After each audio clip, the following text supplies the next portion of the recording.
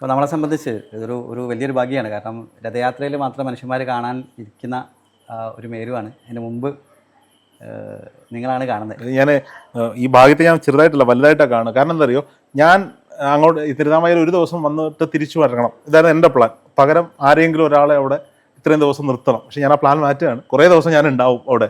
കാര്യം എന്ന് വെച്ചാൽ വളരെ ഔചാരികമായിട്ടാണ് ഞാൻ ശ്രീനാഥ്ജിക്ക് മെസ്സേജ് അയക്കും, ശ്രീനാഥ്ജി എവിടെയാണെന്ന് കാര്യങ്ങൾ. അപ്പം പറഞ്ഞു ഇതുപോലെ ഉണ്ട് വന്നോളൂ എന്ന് പറഞ്ഞത്. അപ്പം കാണാനും അടുത്തിരിക്കാനും സ്പർശിക്കാനും സാധിക്കുക എന്ന് പറയുന്നത് വലിയ കാര്യം. രഥയാത്രയിൽ ഇതേ മേരുവാണ് വരുന്നത്. അപ്പം രഥം ഇവിടെ വന്ന് ഇവിടുന്ന് അതിൽ ഫിറ്റ് ചെയ്തിട്ടാണ് ഉദുമലിൽ പോകുന്നത്. അതുകൊണ്ടാണ് ഞാനിപ്പോൾ ഇവിടേക്ക് എടുത്തത്. ഇതൊക്കെ വളരെ അപ്രതീക്ഷിതമായിട്ട് നേതീൻ്റെ ഒരു നിയോഗം പോലെ. കാരണം നമ്മൾ കഴിഞ്ഞ വർഷം വേവ്സ് ഓഫ് ബ്ലിസ് എന്ന് പറഞ്ഞൊരു പരിപാടി സൗന്ദര്യലഹരിനെ ബേസ് ചെയ്തിട്ട്, അതിൽ ആദ്യത്തെ പരിപാടി നവാവരണ പൂജയായിരുന്നു.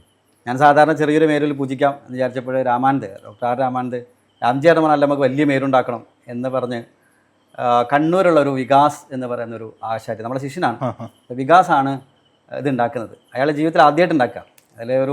അദ്ദേഹത്തിനൊരു വെളിപാട് പോലെ ഓരോ സമയത്തും കിട്ടിയ ഒരു സാധനം വെച്ചിട്ട് അദ്ദേഹത്തിൻ്റെ ഗുരുക്കന്മാരോടൊക്കെ ചർച്ച ചെയ്ത് ഉണ്ടാക്കിയൊരു മേരുവാണത്.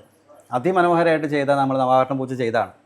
പക്ഷേ പിന്നീടാണ് എനിക്ക് മനസ്സിലായി ഇതിനൊരു നിയോഗമുണ്ട്. പിന്നീട് കാശിയിൽ മഹാമണ്ഡലേശ്വരൻ്റെ കൂടെ ഇരിക്കുന്ന സമയത്ത് അദ്ദേഹം പറഞ്ഞു തിരുനാവായി ഇവിടുന്ന് ത്രിമൂർത്തി ഹിൽ എന്നൊരു മേരുവാണ് നമുക്ക് ത്രിപുരസുന്ദരനെ കൊണ്ടുവരണം തിരുനാവായിക്കുന്നത്. അപ്പോഴാണ് എൻ്റെ കയ്യിലുള്ള ഈ മേരുവിനെ കുറിച്ച് പറയുന്നതും. അപ്പം അദ്ദേഹം പറഞ്ഞത് തീർച്ചയായിട്ടും അത് ഭാരതീയ ധർമ്മ പ്രചാര സഭ അങ്ങനെ ചെയ്യണം എന്ന് പറഞ്ഞ ഈ രഥയാത്രേൻ്റെ കാര്യങ്ങളാണ് ഏൽപ്പിക്കുന്നത്. അപ്പോൾ ഈ മേരു ഇത് ഉണ്ടായി വരുമ്പോഴേ ഈ മേരുവിനറിയാം ഇങ്ങനെ ഒരു നിയോഗമുണ്ട്. ഭാരതപ്പുഴയിലേക്ക്, ഭാരതപ്പുഴ എന്ന് പറയുന്നത് രാജരാജേശ്വരീൻ്റെ മണ്ണാണ്, ആ മണ്ഡലമാണ് അവിടെ ബിന്ദുസ്ഥാനത്തിരിക്കുന്ന ദേവിയായിട്ടിരിക്കുന്ന, അല്ലെങ്കിൽ ഈ വരുന്ന ആൾക്കാരൊക്കെ അനുഗ്രഹിക്കുന്ന ദേവിയായിട്ടിരിക്കാൻ യോഗമുള്ളൊരു മേരു നിശബ്ദമായി നമ്മളെ കൂടെ കഴിഞ്ഞ കുറേ സമയം മുതൽ ഇരിക്കുന്നു എന്നുള്ളതാണ്. അത്ര ഒരുപാട് പൂജകളൊക്കെ ഏറ്റിട്ടുള്ള വലിയൊരു മേരു. ഒരുപക്ഷെ നമ്മൾ ഇത് നേരത്തെ കയ്യിലില്ലായിരുന്നെങ്കിൽ ചുരുങ്ങിയ സമയം കൊണ്ട് ഇതുപോലെ ഒരു മേരുണ്ടാക്കാൻ സാധിക്കില്ല. കാരണം ഇത് വികാസ് 6 മാസം 8 മാസം മറ്റോ എടുത്തിട്ട്, കാരണം അളവ് വളരെ കൃത്യമാണ്. ഇതിൻ്റെ അളവിൽ ഇതുപോലെ ഉണ്ടാക്കുക എന്ന് പറഞ്ഞാൽ ഭയങ്കര ബുദ്ധിമുട്ടാകും. മേരു കൃത്യമായി ഉണ്ടാക്കുക എന്നുള്ളത് വളരെ പ്രയാസമുള്ള കാര്യമാണ്. അത് അദ്ദേഹത്തിൻ്റെ ഒരു തപസ്സുകൊണ്ട് ഇങ്ങനെ കൃത്യമായ അളവിൽ ഉണ്ടാക്കിയെടുത്താണ്. നവാവരണങ്ങളായിട്ട് അതിൻ്റെ ഒരു പീഠവും ഒക്കെ അതിമനോഹരമായിട്ട് ഉണ്ടാക്കിയാണ്.